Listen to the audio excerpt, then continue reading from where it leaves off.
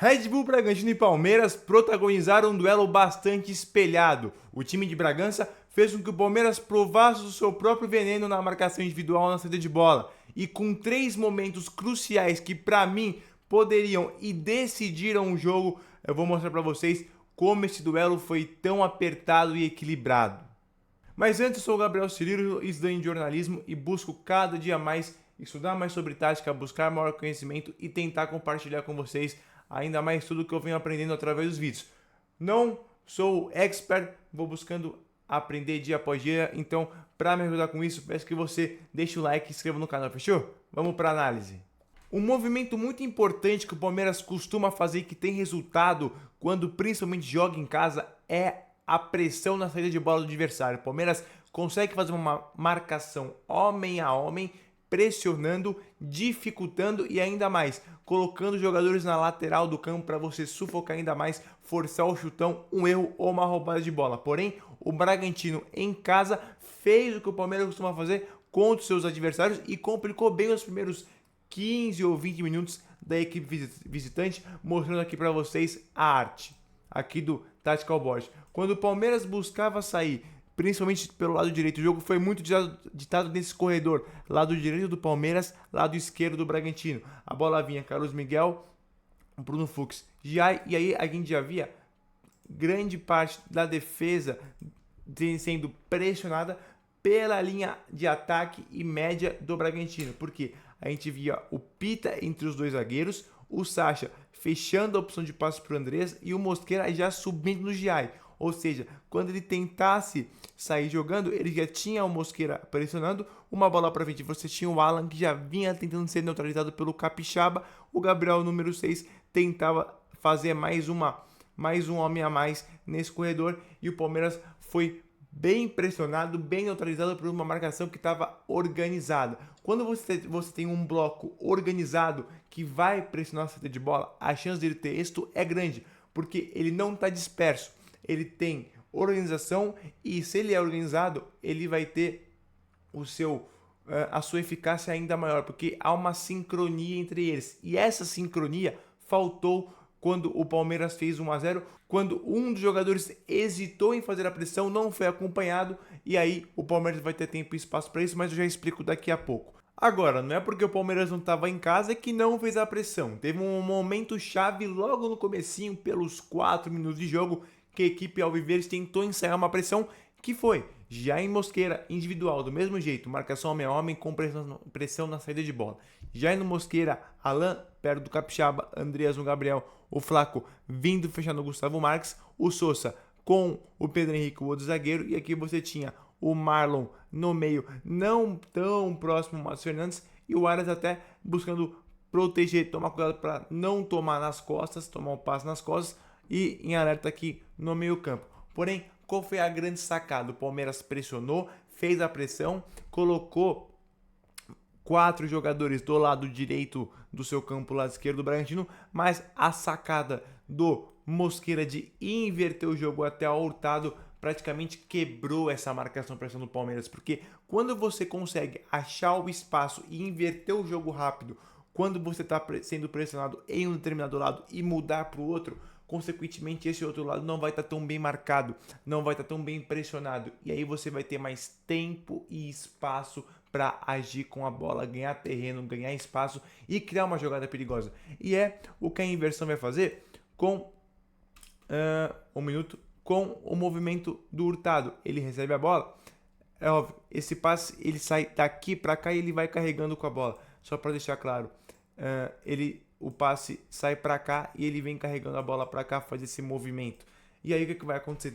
A defesa vai ter que correr para trás, porque o Arthur não vai encarar num contra um, porque se ele é driblado, o Hurtado vai ter ainda mais espaço para correr com a bola. E aí o Palmeiras é obrigado a fazer os movimentos de emergência, os movimentos de correr para trás, as coberturas. O Marlon, por ser o volante mais recuado, ele vai cobrir algum espaço, ele vai cobrir o espaço deixado para o Arthur e muitas vezes ser um jogador mais recuado pelo lado esquerdo, podendo até fazer uma possível linha de 3 com Gomes e Fux em algum momento, você tendo o Arthur um pouco mais aberto. Então, o que vai acontecer? O Marlon afunda para deixar esse espaço entre Gomes e Arthur preenchido, porém, a gente tem uma rapidez num contra-ataque que faz com que o Lucas Barbosa se posicione bem entre Marlon e Gomes, porque o espaço entre Arthur e Gomes, ele é preenchido pelo Marlon, mas em movimento de emergência. E quando você tem movimento de emergência, muitas vezes não é um movimento pensado da melhor forma, ou melhor planejado, já diz o seu nome.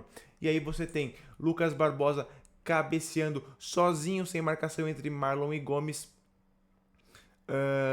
E aí exigindo o Carlos Miguel a fazer a defesa do jogo, junto a uma do próprio Lucas Barbosa no segundo tempo. E percebendo que o segundo pau estava praticamente livre.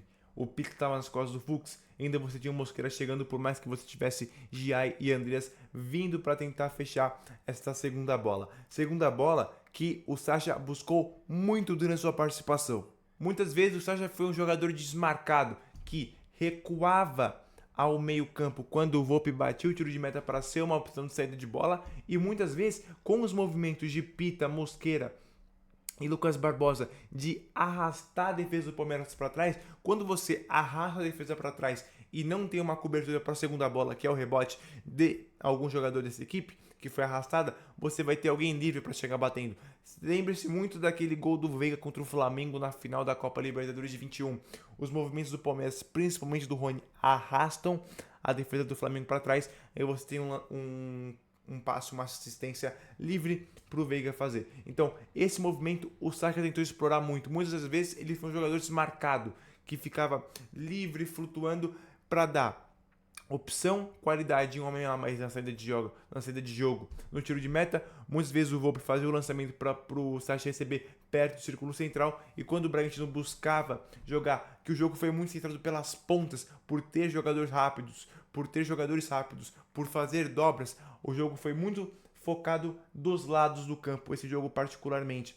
Então, o movimento de Lucas Barbosa, Pita, Mosquera de afundar a defesa do Palmeiras foi buscado pelo Sacha para tentar chegar, para tentar finalizar. Ele teve uma chance perto do final do primeiro tempo, mas não pegou bem na bola. Mas esse espaço foi tentado pelo Bragantino durante o jogo, principalmente na presença do Sacha e na primeira etapa. E para fechar, a jogada do gol parte bem de uma hesitação de marcar ou não a pressão na saída de bola do Palmeiras. Por quê? Quando o Palmeiras percebe que está sendo pressionado, ele vem com o Andreas para fazer uma das saídas de jogo que o Palmeiras costuma fazer. Porque o Andreas, se eu estou sendo pressionado, eu vou tentar chamar um cara mais técnico para tentar me livrar melhor da pressão. E é o que o Palmeiras faz e fez muito bem nesse momento. Só que, da onde sai a hesitação do Bragantino? Como é uma marcação homem a homem, você tem o Mosquera no Andreas, o Gabriel no Alan, o Sacha nessa linha caindo um pouco para o Marlon, o Pita, que poderia fechar no Fux, e o Capixaba, que na teoria iria se arrastar para tentar fechar o espaço do Giai. Só que há uma hesitação. Se você perceber no lance, o Mosquera vai, não vai, acabar indo um pouco, o Capixaba fica nesse vai, não vai, e aí o espaço é liberado para você fazer o lançamento. O Sousa faz o movimento da diagonal muito bem feito, ataca o espaço, fica entre os dois, o lateral direito Hurtado e o Pedro Henrique, o zagueiro, arrasta a marcação dos dois. E aonde está o problema? O Gustavo Marques, o outro zagueiro, não acompanha o Flaco. E aí, ao não acompanhar o Flaco, você cria esse vão, você cria esse espaço que deixa de ser uma vantagem numérica de 1, 2, 3 do Bragantino contra 2 do Palmeiras, numa vantagem, numa igualdade numérica e mais uma superioridade posicional do Palmeiras. Ou seja, você pode não estar em superioridade numérica, só que se você estiver melhor distribuído em campo, distribuído no espaço, você acaba tendo uma superioridade de posição.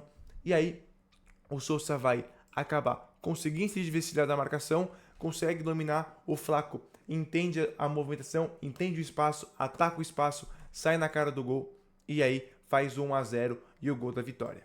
Então, nessa rápida análise, a gente viu o quão o Palmeiras sofreu fazendo aquilo que tanto faz os adversários sofrerem, principalmente dentro de sua casa. Marcação homem a homem na saída de bola, pressão e jogadores no corredor da bola para tentar ganhar a superioridade numérica quando você recupera a bola, junto a uma superioridade de espaço, melhores jogadores que estão melhores posicionados. Muitas vezes esse cara é o Andreas, porque você recupera a bola e ela vai no jogador mais técnico. O Bragantino executou essa ideia muito bem nos primeiros minutos. O Palmeiras tinha dificuldade de sair e, quando foi pressionado, conseguiu a inversão para pegar o Palmeiras prevenido no lugar onde tinha mais tempo e espaço para realizar ações com a bola. Consequência, lançamento para a área, Lucas Barbosa com mais de 1,90 m consegue achar o espaço depois de um movimento de emergência da defesa do Palmeiras e quase gol, uma grande defesa do Carlos Miguel.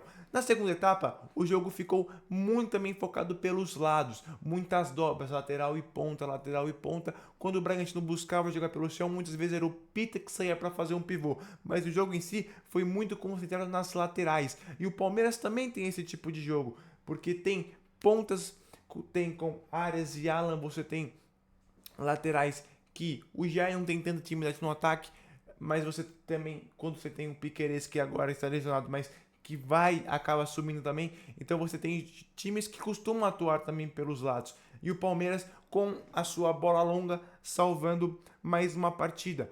A bola longa do Palmeiras, a gente pode dizer assim, muitas pessoas falam chutão. A partir do momento que é um passe consciente, não é um chutão. Como foi um passe consciente do Andreas, não foi só um bumba meu boi.